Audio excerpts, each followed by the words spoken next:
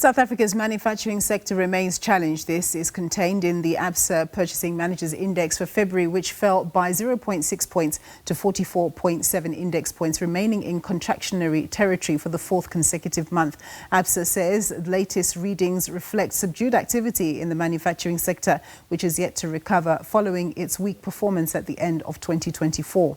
A majority of the indices fell in February. Business activity dropped 2.9 points, reflecting weaker demand and ongoing material supply challenges. New orders also fell as export sales slumped because of global trade tensions and lower than expected demand. The employment index remained sticky below the 50 points mark, indicating 11 months in contraction. The index also shows that cost pressures continue to mount for manufacturers because of the weaker rand, among other reasons. The index tracking expected business conditions in 6 months' time declined as uncertainties around global trade, SA-US relations and the return of load shedding weighed on sentiment. Well, for more on this story, we're joined by Sello Sekele. He's an economist at Absa. Thank you so much for joining us, Sello. So this is the fourth consecutive month where we've seen the manufacturing sector in contractionary territory. What are the key challenges and what did the latest report unveil? Good afternoon, Nompu. So what I can say here is that the persistent feature that we have seen in the manufacturing sector is that business activity has been quite subdued. And this is mainly as a result of the weak demand that the sector has been facing. This time around, when you look in February, it was mainly the export sector which really underperformed. Now, let's sort of unpack that a bit more. Why are we seeing the export sector doing not so well? Okay, so according to the manufacturers, they are saying that, you know, the export sector is undershooting their expectations. So it keeps on,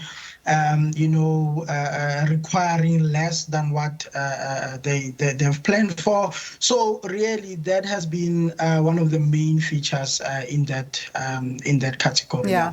So when you look at the end product demand picture, how are you seeing the demand picture from a domestic and international point of view? You've just talked about the export market not doing so well, but domestically, how are we doing? Because for a while now, we've been hearing that the consumer has been doing better, but that doesn't seem to be translating in these numbers.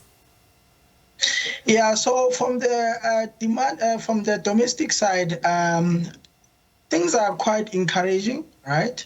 Because you have a situation where, as you correctly pointed out, the consumer is doing much better because the consumer balance sheets are improving as a result of lower inflation, lower interest rates, as well as some of the money that's coming through from the two-pot retirement system. And then on top of that, you have structural reforms that continue to be implemented.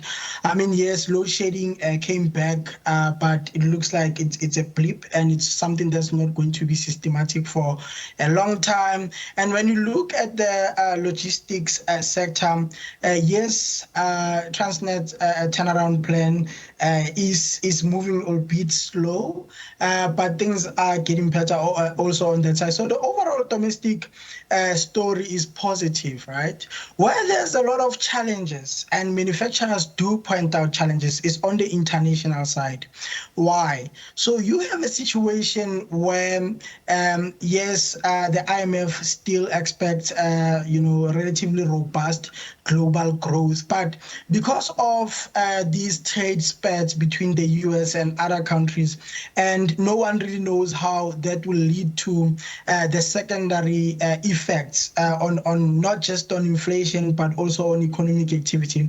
That's where most of the uncertainty is, and it looks like that's where most of the pressure point is for manufacturers. Yeah. So in the introduction that I read just now, we talked about the employment index, saying that has been in contraction territory, for the past 11 months. It fell by a further 2 points. This is very negative. How are you seeing the prospects for employment in the manufacturing sector? Because we know that there is a level of mechanization as well within the sector.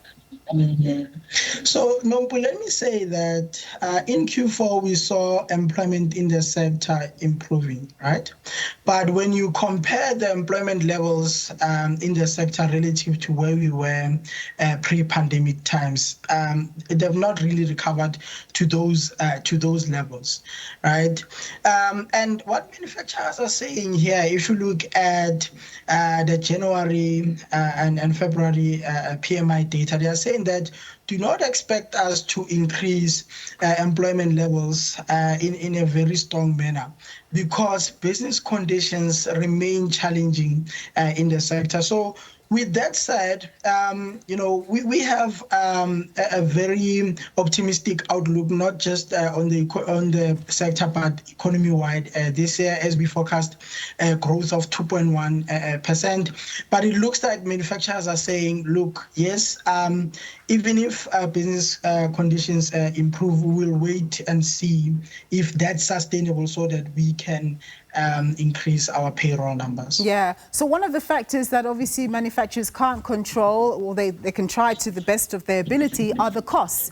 And with possible ructions in the trade sphere globally, there are concerns that we're going to see higher inflation globally, which would then affect us here in South Africa. To what extent are you concerned about that? Because we also see that your price index also rose. Yeah, so what I can say on that front, Numpu, is that when you look at February, fuel prices increased, right? And on top of that, you have a situation where even when fuel price increase, delivery times are taking long, meaning the trucks are on the road for a longer period. So that will increase costs, right? But when we look forward, we are quite optimistic about the rand. We still expect the rand to appreciate. And when you look at what analysts are saying about Brent crude oil, we expect Brent crude oil to be relatively stable. So that's good for inflation. In fact, we have inflation forecast of 4% this year. This is down from the 4.4% that we saw last year. So that should be good news, not just for the sector, but overall economy in terms of costs. All right. Thank you so much for your time. As always, that was Sello Sekele. He's an economist at Absa.